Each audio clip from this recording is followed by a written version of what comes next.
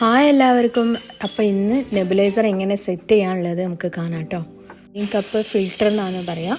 ഈ ഫിൽറ്ററിലാണ് നമ്മൾ ഡോക്ടർ പറഞ്ഞ പോലെ മരുന്ന് നമുക്ക് ഫില്ല് ചെയ്ത് കൊടുക്കാനുള്ളത്. അപ്പോൾ ഇത് എങ്ങനെ സെറ്റ് ചെയ്യാനുള്ളത് നമുക്ക് കാണാം കേട്ടോ. പിന്നെ അതിൻ്റെ കൂടെ നമുക്ക് ഔട്ട്ലെറ്റ്സ് ഉണ്ടാവും. ഇനി 3 ടൈപ്പ് ഉണ്ട്. അതായത് ചെറിയ കുട്ടി, ഇത് ആർക്ക് വേണമെങ്കിലും യൂസ് ചെയ്യാം. പിന്നെ ബാക്കിയുള്ള മാസ്ക് ടൈപ്പ് 2 കുട്ടികൾക്കും പിന്നെ വലിയവർക്കുള്ള മാസ്ക് 2 എണ്ണം. ഇത് എയർ ഹോസാണ്. ഇത് നമ്മൾ എങ്ങനെ കണക്ട് ചെയ്യാനുള്ളത് കാണാം കേട്ടോ. ആദ്യം നമ്മൾ ഈ ഫിൽറ്റേഴ്സ് എങ്ങനെ കണക്ട് ചെയ്യാമെന്ന് കാണാം. ഇതിൽ നമുക്ക് മെഷർമെൻ്റ് ഒക്കെ കൊടുത്തിട്ടുണ്ടാവും.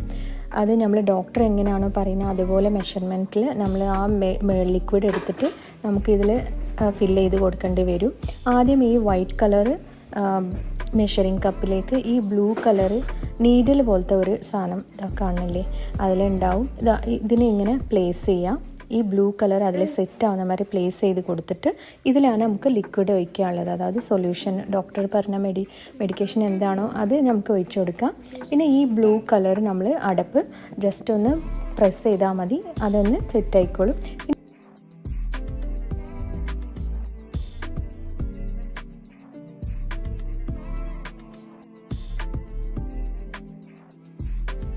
ഇനി നമുക്ക് മാസ്ക് സെറ്റ് ചെയ്ത് കൊടുക്കാം. ചെറിയ കുട്ടികൾക്കാണെങ്കിൽ ചെറിയ മാസ്കും, വലിയവർക്കാണെങ്കിൽ വലിയ മാസ്കും സെറ്റ് ചെയ്ത് കൊടുക്കാം.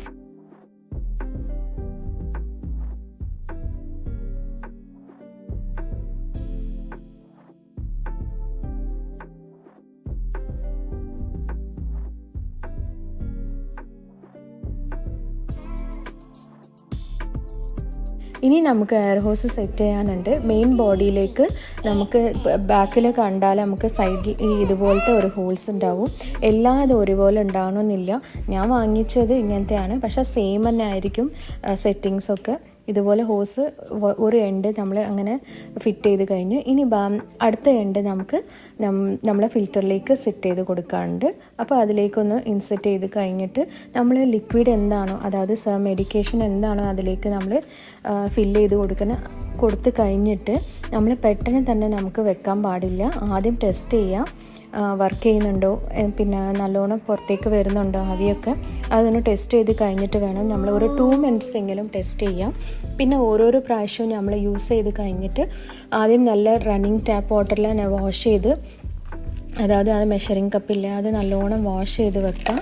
സോപ്പ് ലിക്വിഡൊന്നും ഒഴിക്കേണ്ട. അല്ലെങ്കിൽ ഒരു വാം വാട്ടറിൽ നമ്മളൊരു 15 to 20 മിനിറ്റ്സ് വെച്ച് കഴിഞ്ഞിട്ട് അതൊന്ന് ഡ്രൈ ആയ ശേഷം നമ്മൾ സ്റ്റോർ ചെയ്ത് വെക്കാം. അല്ലെങ്കിൽ ഇത് പെട്ടെന്ന് നമുക്ക് ഇൻഫെക്ഷൻ ആവാനുള്ള സാധ്യത ഉണ്ടാവും. അപ്പോൾ ഈ കാര്യങ്ങളൊക്കെ ശ്രദ്ധിക്കാനേ ഉള്ളൂ. അപ്പോൾ ഈ വീഡിയോ നിങ്ങൾക്ക് ഇഷ്ടപ്പെട്ടാണെങ്കിൽ, യൂസ്ഫുൾ ആണെങ്കിൽ ഒന്ന് ലൈക്ക് ആൻഡ് ഷെയർ ചെയ്യുക, സബ്സ്ക്രൈബ് ചെയ്യാൻ മറക്കരുത് കേട്ടോ.